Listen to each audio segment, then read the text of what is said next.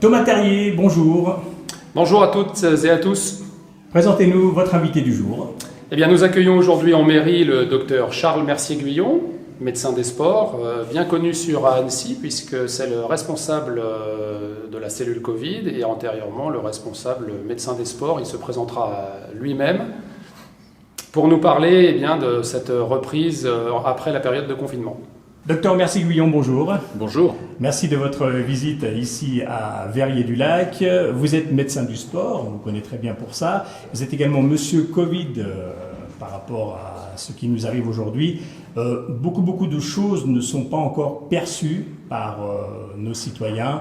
Vous le disiez tout à l'heure, sortir, c'est ce qu'il faut faire, c'est bénéfique. Expliquez-nous ces raisons, notamment. Eh bien, nous vivons une phase de vie totalement inconnue pour la plupart d'entre nous. Même les gens qui ont connu des tremblements de terre ou des conflits n'ont jamais été confrontés à ça. C'est un ennemi un peu invisible, comme des radiations ou des risques toxiques. Et il y a eu cette période de confinement qui a fait peur à beaucoup de gens. Beaucoup de gens aussi l'ont subi simplement sans comprendre tous les enjeux. Et maintenant que les portes sont ouvertes et qu'on peut sortir, il y a ceux qui réagissent en disant « ça y est, on arrête de nous embêter, on trouve la liberté et on fait ce qu'on veut ». Ceux qui ont peur en disant « mais je n'ose pas sortir ». Il faut bien entendu reprendre une vie la plus normale possible, que ce soit à titre professionnel ou personnel, et même au plan sportif, parce que le confinement a eu un coup sur le plan de la santé. Mais il faut aussi connaître les règles. Imaginez que vous vous promenez dans un endroit où il y a des câbles électriques qui ont été coupés par la tempête un peu partout. Est-ce que vous allez marcher partout sans regarder ou est-ce que vous allez faire attention? Donc il s'agit de faire attention à un certain nombre de choses. Premièrement, les mesures de distanciation. Et il faut 1,50 m au minimum entre deux personnes qui parlent l'une en face de l'autre.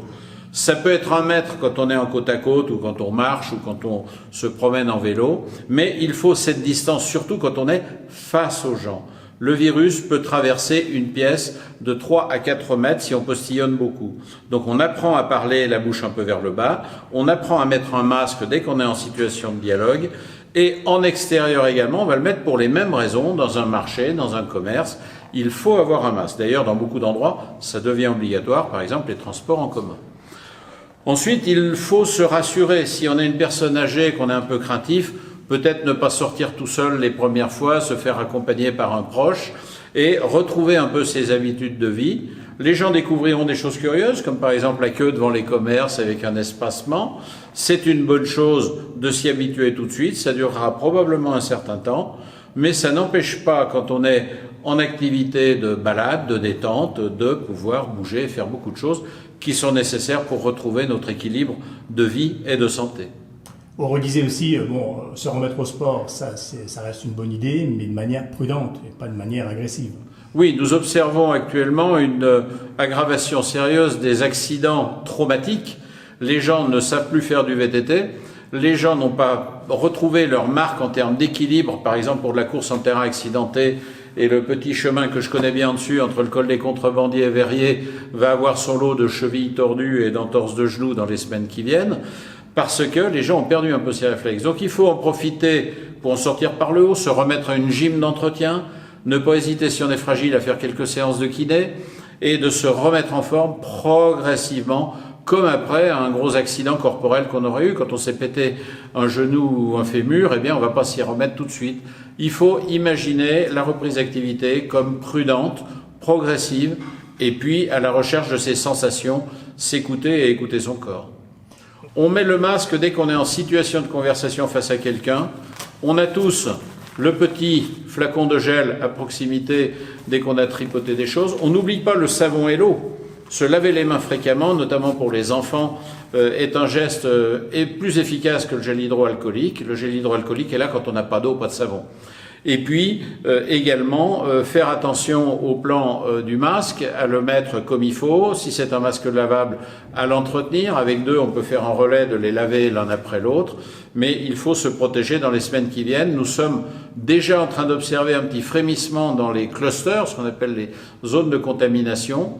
Donc on ne comprend d'ailleurs pas toujours très bien comment ça démarre, mais il y a une certitude, c'est que ça peut démarrer très vite. Une réunion mal menée, que ce soit une réunion de préparation au collège ou un conseil municipal, il suffit d'une réunion pour contaminer pas mal de monde. Docteur Mercier-Guyon, au niveau de la situation depuis le 11 mai, où en sommes-nous en Haute-Savoie ?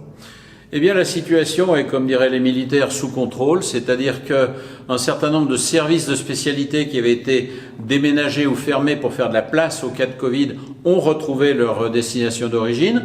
Par exemple, le service de soins intensifs de cardiologie de l'hôpital d'Annecy avait été déménagé à la clinique générale. Eh bien, il est retourné dans ses murs et on a suffisamment peu de cas de Covid pour permettre aux autres services de redémarrer, parce que beaucoup de gens souffraient et prenaient des risques pour leur santé de ne pas être pris en charge dans les services de spécialité. Des interventions chirurgicales avaient été différées. Les choses reprennent progressivement. Le nombre de patients hospitalisés est en lente diminution. Et il faut dire que la plupart de ces hospitalisés sont encore le résultat de la période avant le confinement ou au début du confinement quand il n'était pas respecté. Et donc la situation évolue favorablement, mais il ne faut pas baisser les bras. Ce qui veut dire que peut-être que dans une semaine, ça fera 15 jours qu'on sera en déconfinement, peut-être que là, on pourra voir s'il y a des nouveaux cas ou pas. Oui, alors j'annonce tout de suite qu'on trouvera des nouveaux cas tout simplement parce qu'on va multiplier les tests. Et si on fait davantage de tests aux gens qui travaillent dans certains endroits, qui sont au contact de certains publics, on va inévitablement trouver des gens qui seront même pour la plupart porteurs sans signes cliniques et asymptomatiques. Donc on va trouver des cas, mais ça ne veut pas dire que ça redémarrera. Ce qu'on va prendre comme index principal, ce sont les hospitalisations, les cas avec symptômes cliniques. Ceux qu'on dépistera pour l'avoir eu sans que ça se voit tellement, on le saura, mais ça fausse un peu la statistique. Restons vigilants.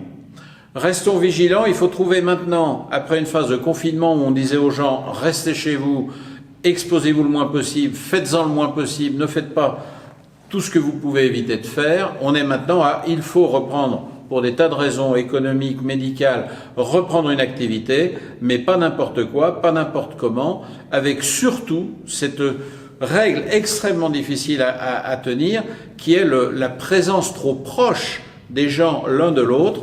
Et par exemple, la consommation d'alcool, et Verrier s'est distingué par une politique audacieuse mais utile là-dessus en interdisant les consommations d'alcool à excès.